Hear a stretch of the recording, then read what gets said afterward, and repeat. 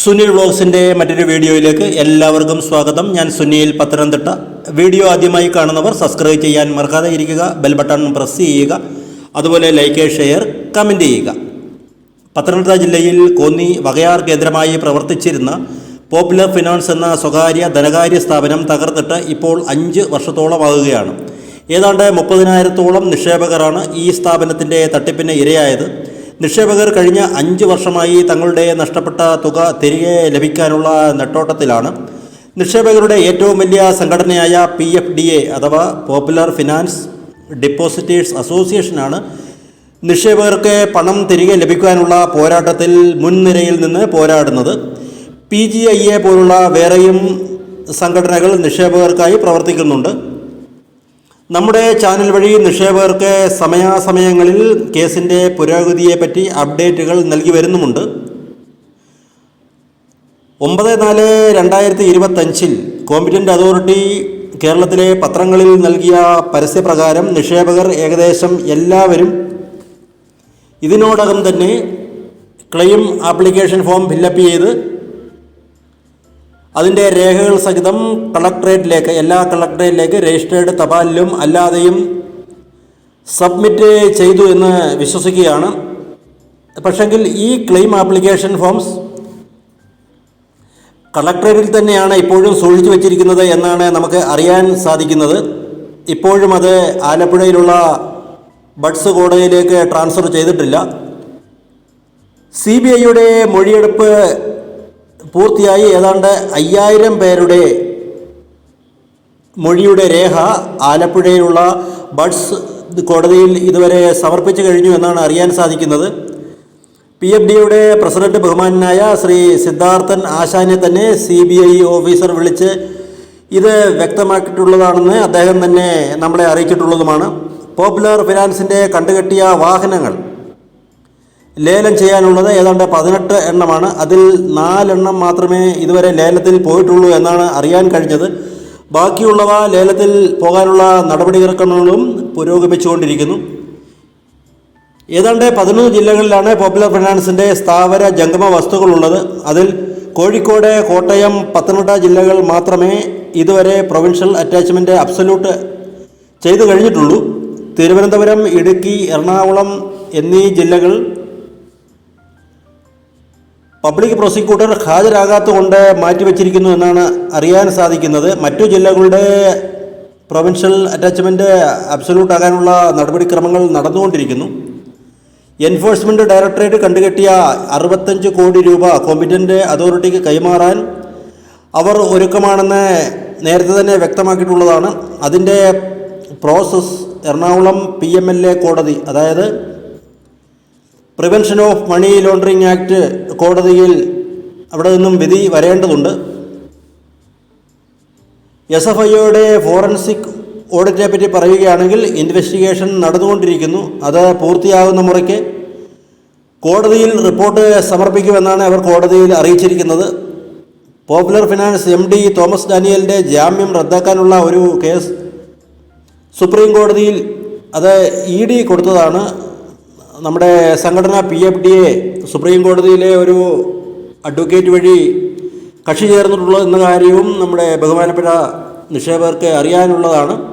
അതുപോലെ നമുക്കറിയാം, നമ്മുടെ ഒരു വിഭാഗം കേസുകൾ കൈകാര്യം ചെയ്തിരുന്ന ബഹുമാനായ അഡ്വക്കേറ്റ് ശ്രീ ബിജു ആൻ്റണി ആളൂർ, അതായത് BA ആളൂർ എന്ന വിളിപ്പേരിൽ അറിയപ്പെടുന്ന അദ്ദേഹം നിര്യാതനായി. അതിനുശേഷം വേറെ ഒരു അഡ്വക്കേറ്റ് ടീമാണ് ആ കേസുകൾ കൈകാര്യം ചെയ്യുന്നത്. പോപ്പുലർ ഫിനാൻസിൻ്റെ MD അടക്കം 6 പേരുടെ ജാമ്യം റദ്ദാക്കാൻ PFDA CBI കോടതി എറണാകുളത്ത് കൊടുത്ത കേസ് റിജക്റ്റ് ചെയ്തിരുന്നു. അതിനെതിരെയുള്ള ഹൈക്കോടതിയിൽ അപ്പീൽ കൊടുക്കാനുള്ള ശ്രമത്തിലാണ് PFDA സംഘടന. ബഹുമാനപ്പെട്ട ഹൈക്കോടതി ഡിവിഷൻ ബെഞ്ച് 11/6/25 വിധിന്യായം അനുസരിച്ച് കോമ്പറ്റൻ്റ് അതോറിറ്റിക്ക് ചില കർശന നിർദ്ദേശങ്ങൾ നൽകുകയുണ്ടായി. അതിൽ പറയുന്ന ചില പ്രധാന പരാമർശങ്ങൾ ഇവയാണ്. പോപ്പുലർ ഫിനാൻസിൻ്റെ സ്ഥാവര ജംഗമ വസ്തുക്കൾ എല്ലാ ജില്ലയിലുമുള്ളവ പ്രൊവിൻഷ്യൽ അറ്റാച്ച്മെൻറ്റ് എത്രയും പെട്ടെന്ന് അബ്സല്യൂട്ട് ആക്കാനുള്ള നടപടിക്രമങ്ങൾ വേഗത്തിലാക്കുക. നിക്ഷേപകർക്ക് കംപ്ലൈൻറ്റ്, അതായത് പരാതികൾ ഫയൽ ചെയ്യാൻ ഒരു യൂസർ ഫ്രണ്ട്ലി വെബ്സൈറ്റ് ഇൻസ്റ്റാൾ ചെയ്യുക. അതുപോലെ പോപ്പുലർ ഫിനാൻസിൻ്റെ കണ്ടുകെട്ടിയ തുകകൾ നിക്ഷേപിക്കാൻ ഒരു ഷെഡ്യൂൾഡ് ബാങ്കിൽ അക്കൗണ്ട് തുടങ്ങുക. ഇതനുസരിച്ച് കോമ്പറ്റന്റ് അതോറിറ്റി തിരുവനന്തപുരം ജില്ലയിൽ വെള്ളയമ്പലം ആൽത്തറയിലുള്ള SBI ബ്രാഞ്ചിൽ ഒരു അക്കൗണ്ട് ഇതുവരെ തുടങ്ങിക്കഴിഞ്ഞിട്ടുമുണ്ട്. ബഹുമാനപ്പെട്ട ഹൈക്കോടതി ഡിവിഷൻ ബെഞ്ച് 26/6/2025 ഈ കേസ് മാറ്റിവെച്ചിരിക്കുകയാണ്. അപ്പോൾ സമർപ്പിക്കാനുള്ള ചില രേഖകൾ ലിസ്റ്റ് പബ്ലിക് പ്രോസിക്യൂട്ടർക്ക് കൈമാറിയിട്ടുണ്ട്. അതനുസരിച്ച് പ്രൊവിൻഷ്യൽ അറ്റാച്ച്മെൻറ്റ് വഴി ഇതുവരെ അറ്റാച്ച് ചെയ്തിട്ടുള്ള പ്രോപ്പർട്ടിയുടെ ലിസ്റ്റ് ഹാജരാക്കണം. ഇതുവരെ അറ്റാച്ച് ചെയ്യാത്ത പ്രോപ്പർട്ടീസിൻ്റെ ലിസ്റ്റും ഹാജരാക്കണം. ഡിപ്പോസിറ്റേഷന് വിതരണം ചെയ്യാനുള്ള ക്യാഷ് ഇതുവരെ എത്ര എമൗണ്ട് അക്കൗണ്ടിൽ വന്നു എന്നീ കാര്യങ്ങൾ ജൂൺ 26/6 ഹൈക്കോടതിയിൽ ഹാജരാകുമ്പോൾ സമർപ്പിക്കാൻ വേണ്ടി ഗവൺമെൻറ് പ്ലീററിനോട് ബഹുമാനപ്പെട്ട ഹൈക്കോടതി നിർദ്ദേശിച്ചിട്ടുണ്ട്. വളരെ സങ്കീർണമായ നിയമക്കുരുക്കിൽ കൂടിയാണ് പോപ്പുലർ ഫിനാൻസിൻ്റെ കേസ് കടന്നുപോയിക്കൊണ്ടിരിക്കുന്നത്. ഇതുവരെ ഒരു ഗഡു പോലും സമാശ്വാസം നിക്ഷേപകർക്ക് ലഭിച്ചിട്ടില്ല. നാളിതുവരെ ഏതാണ്ട് 100-ൽ പരം നിക്ഷേപകർ ഈ ലോകം തന്നെ വിട്ടു പോവുകയും ചെയ്തു. രാജ്യത്ത് ഏതാണ്ട് 279 ബ്രാഞ്ച് സ്ഥാപിച്ചാണ് പോപ്പുലർ ഫിനാൻസ് ഉടമകൾ ഈ തട്ടിപ്പ് നടത്തിയത്. ഏറ്റവും അവസാനം അറിയുന്ന റിപ്പോർട്ട് പ്രകാരം 26/6/25 കേസ് ഹൈക്കോടതി ഡിവിഷൻ ബെഞ്ച് ഗവൺമെൻറ് പ്ലീഡറുടെ റിക്വസ്റ്റ് പ്രകാരം 11/7/2025 മാറ്റിവെച്ചു എന്നാണ് അറിയാൻ കഴിഞ്ഞത്. അതുപോലെ prevention of money laundering act, അതായത് PMLA കോടതിയിലെ കേസ് 1/7/2025 മാറ്റിവെച്ചിരിക്കുന്നു എന്നാണ് നമുക്ക് അറിയാൻ സാധിക്കുന്നത്.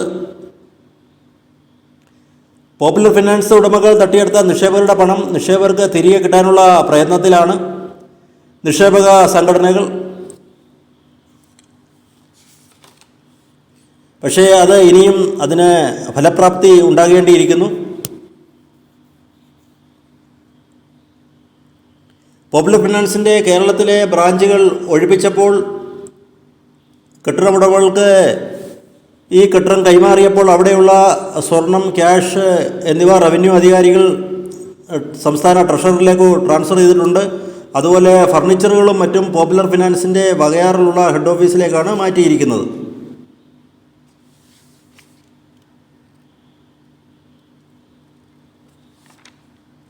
ഇതൊക്കെയാണ് ഇതുവരെ നടന്നുകൊണ്ടിരിക്കുന്ന കേസിൻ്റെ നാൾവഴികൾ. നമ്മുടെ ചാനൽ വഴി നിക്ഷേപകർക്ക് എല്ലാവിധമായ അപ്ഡേറ്റുകളും പോപ്പുലർ ഫിനാൻസ് കേസുമായിട്ട് ബന്ധപ്പെട്ടത് നമ്മുടെ ചാനൽ വഴി തന്നുകൊണ്ടേയിരിക്കുകയാണ്. എന്തായാലും നിക്ഷേപകർക്ക് പണം ലഭിക്കാനുള്ള ആശ്വാസകരമായ ഒരു വാർത്ത ഇപ്പോഴും നമുക്ക് ലഭിച്ചിട്ടില്ല എന്നുള്ളത് വളരെ വിഷമത്തോടു കൂടിയാണ് പറയാൻ സാധിക്കുന്നത്. എത്രയും പെട്ടെന്ന് ഒരു ഇടക്കാല ആശ്വാസം നിക്ഷേപകർക്ക് കിട്ടും എന്ന് നമുക്ക് വിശ്വസിക്കാം. മറ്റൊരു അപ്ഡേറ്റുമായി കാണുന്നവരെ എല്ലാവർക്കും നന്ദി, നമസ്കാരം.